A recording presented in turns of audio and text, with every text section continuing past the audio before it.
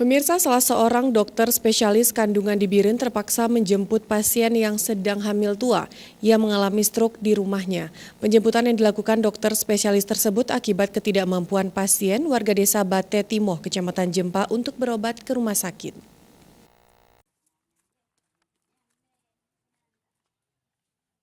Seperti pepatah, sudah jatuh tertimpa tangga pula. Demikian yang dialami oleh Lindawati, warga desa Bate Timoh, Kecamatan Jempa, Kabupaten Biren ini.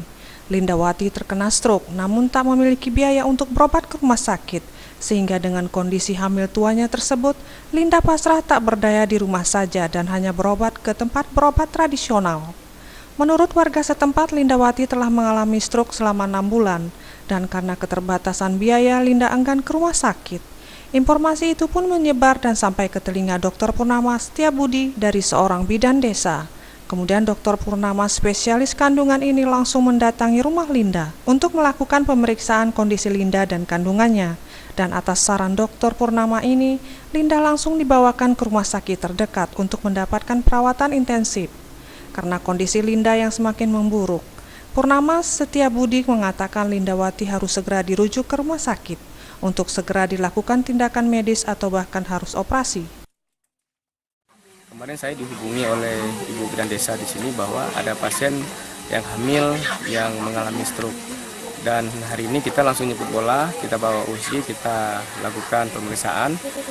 Dan hamilnya saat ini 34 minggu, tapi dengan beliau anggota gerak sebelah kiri itu lemah dan tidak bisa digerakkan. Ini kejadiannya sudah 6 bulan yang lalu.